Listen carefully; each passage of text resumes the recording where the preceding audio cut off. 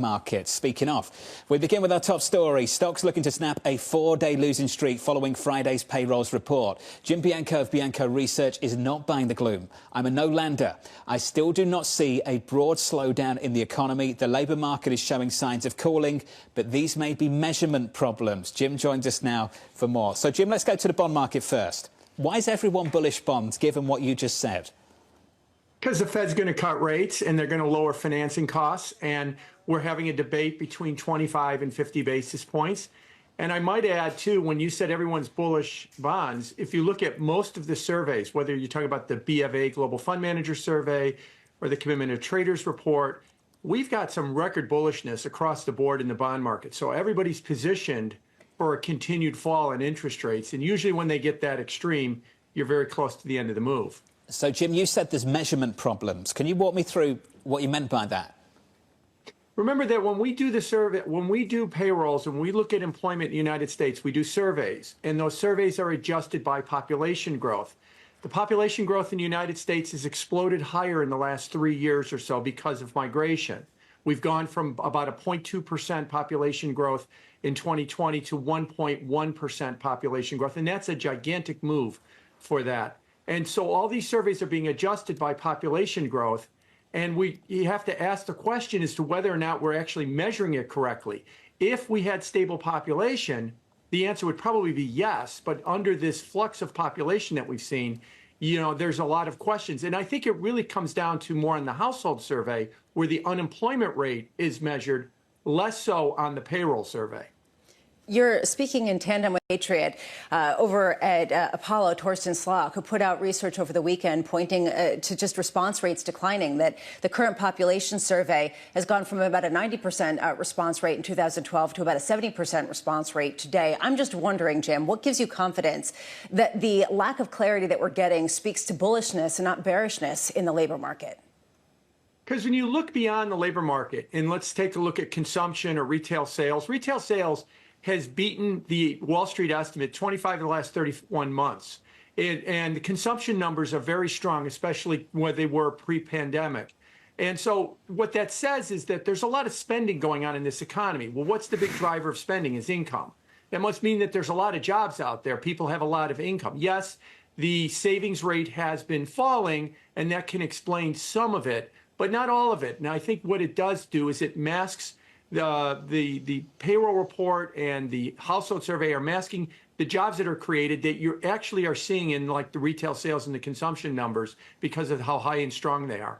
That said, we are seeing some real weakness. When you talk to executives of retail companies or beyond, they all talk about how they are seeing more choicefulness, if you like that word.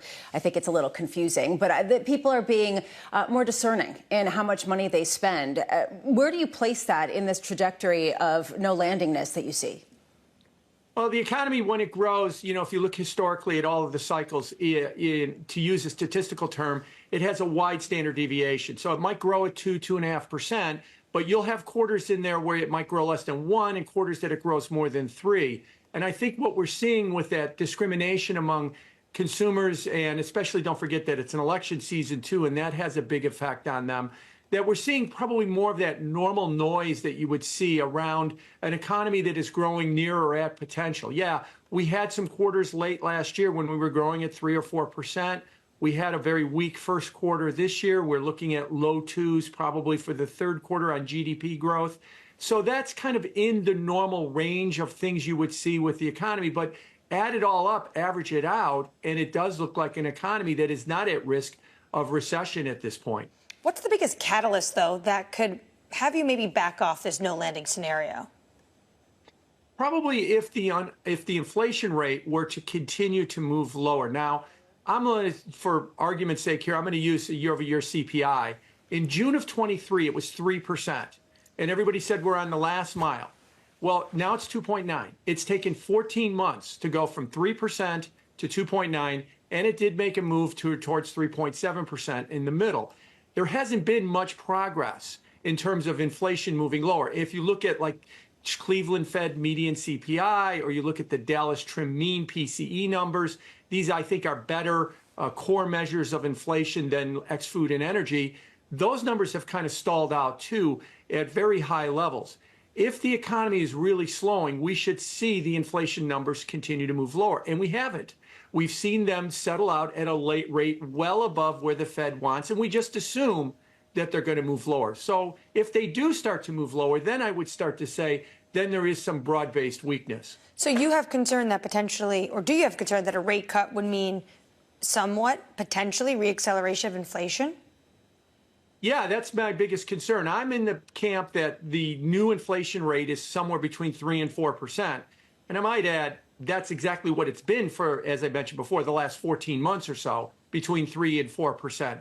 And whether or not we get a Harris or a Trump administration after the election, it looks like we're going to have spending, we might have tariffs, and we're going to see a big fiscal response out of the federal government. You add into that easy monetary policy, and yeah, I could see where we could be of inflation, not to 9% or anything like that, but solidly staying above that 3% level and being very worrisome for a Fed that's got a target of 2% and said that they will get to that target of 2%. So, Jim, this raises some big questions about the projections that we get next week in the SEP, the Summary of Economic Projections. And I can share with you where CPI is right now in those projections, called PCE.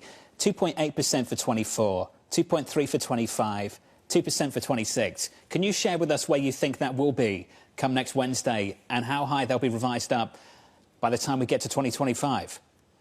Well, I don't think next Wednesday that those numbers, for at least for 25 and 26, are going to get revised much. But the story with the Fed's SEP is always the 2-year out number is always at 2%.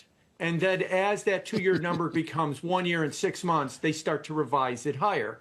And I think that that's going to be probably more of the same when it comes to where the Fed is. And let's remember in June, the Fed did acknowledge that there is a base effect in the inflation numbers, meaning that the seasonal data, the seasonal factors are turning positive, meaning they're going to push the numbers up through the second half of the year, which is why back in June, they upped their forecast to 2.6% for 2024. So I don't suspect we're going to see a lot of movement in the 24 number. Probably the 26 number will stay at 2% or right on their target. So, you know, that's going to be the key, though, is whether or not the inflation rate does move down. Jim, this was great. Jim Bianco of Bianco Research. Jim, thank you, buddy. Going into the Federal Reserve decision next week. Speaking of forecasts,